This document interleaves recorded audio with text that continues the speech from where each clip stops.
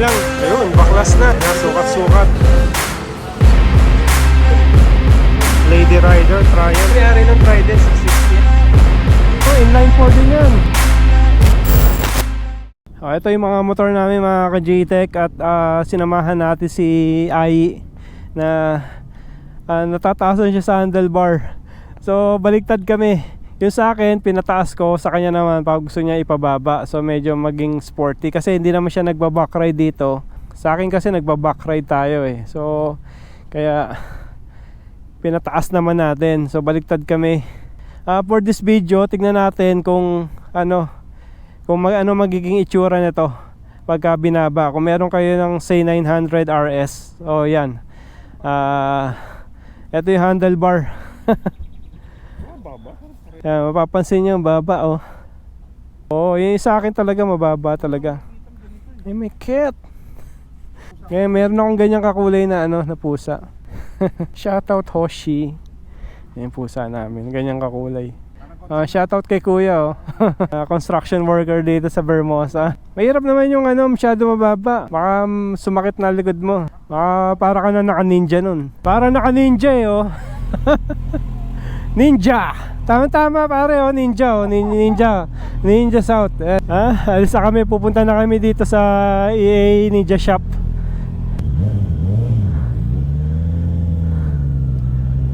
Napanood niya kasi yung vlog natin na doon tayo nagpa-race ng handlebar. So kaya tinanong niya sa atin kung maayos naman yung trabaho. Sabi ko okay naman. Yun, napa-order bigla sa Lazada to. At ngayon nabudol nga daw siya.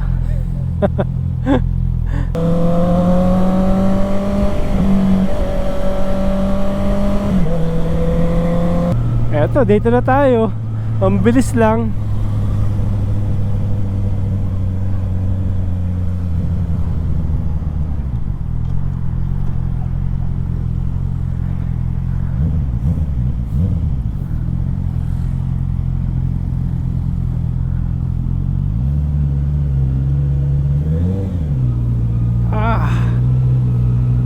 Eto, meron din katabi tayo CB dito.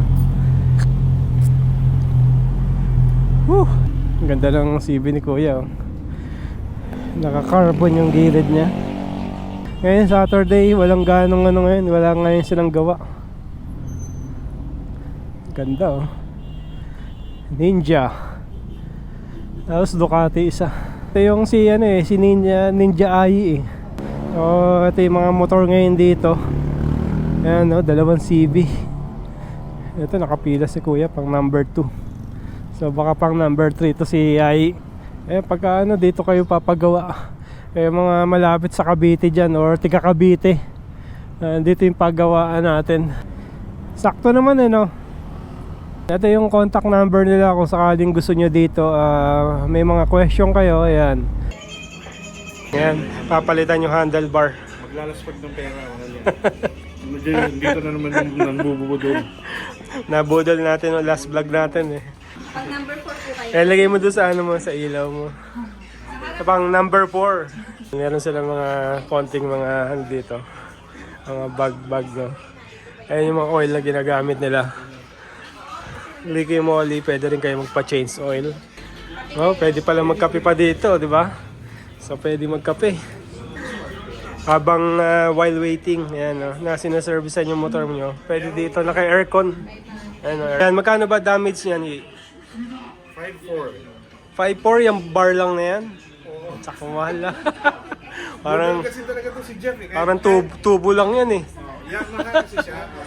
Branded siya. Saan mo binili? Sa Repsol. Repsol. Sa Yamaha talaga. Okay. So siya powder coated. Ang ganda. Ayan Ayan. Actually this one is So- for Z900, XSR 900. So pwede siya. Kasi pareho sila ng sukat ng diameter dito, no? Parehas lang sukat dito. Oo, yun yung importante.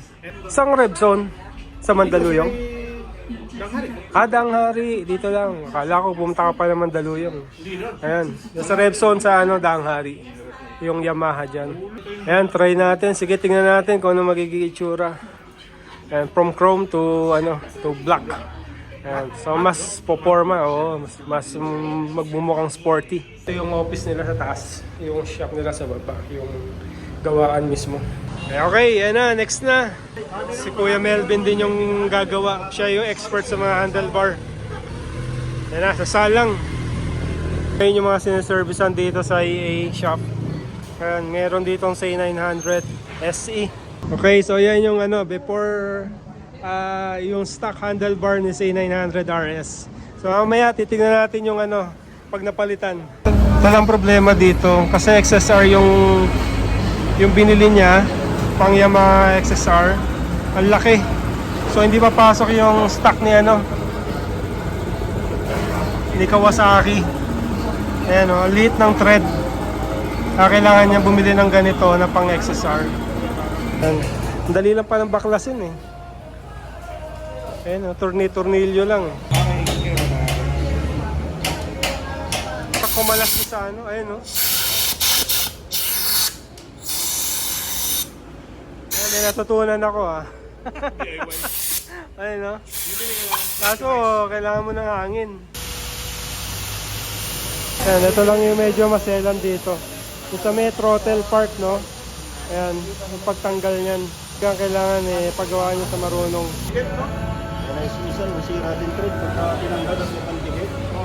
Ayun, baklas na.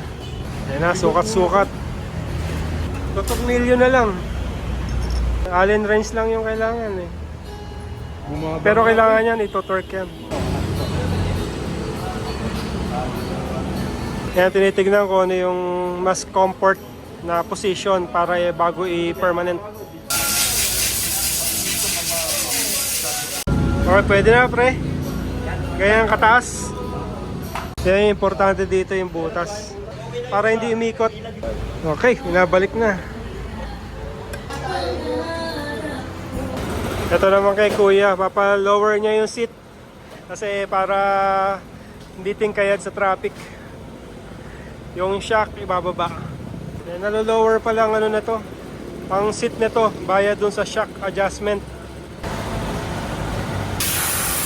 Mga FPG dito na nagpapagawa Yan, all brand sila dito ng motor sa EA Ninja Shop. Yan, may Kawasaki, may KTM. Ito Kawasaki rin. Tapos meron silang mga lower CC, lower displacement. Ayan. Okay, so yan, pina-final na. Final retouch na lang. So okay na yung handlebar ayan. Shoutout kay kay Kuya Melvin. So siya rin yung gumawa nung natin yung handlebar sa CB650R.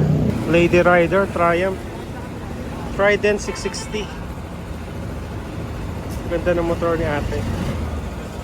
Tapos ito Ninja 400 change oil.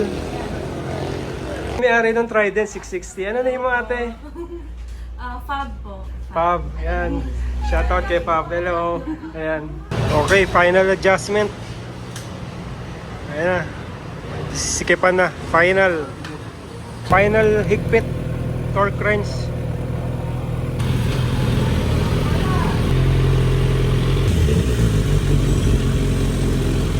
Testing.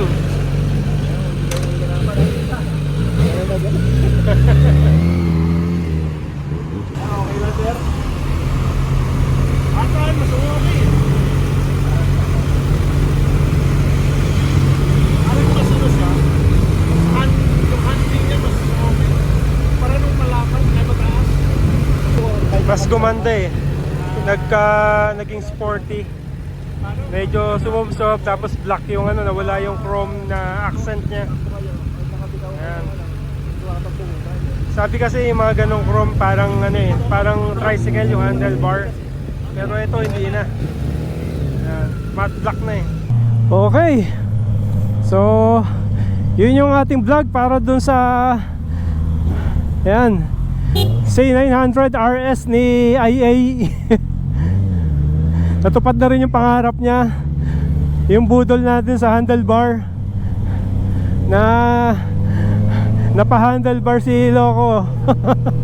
Dahil dun sa pinalip natin yung handlebar, nagpalit siya. So mas maganda daw yung handling Ayan. Saka inline 4. Ayan, no? Inline 4 din yan.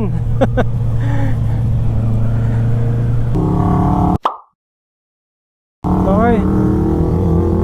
Hataw na, hataw. Ingat pre. Ingat. Ayan, oh, shout out, ai. Ang ganda ng handlebar mo.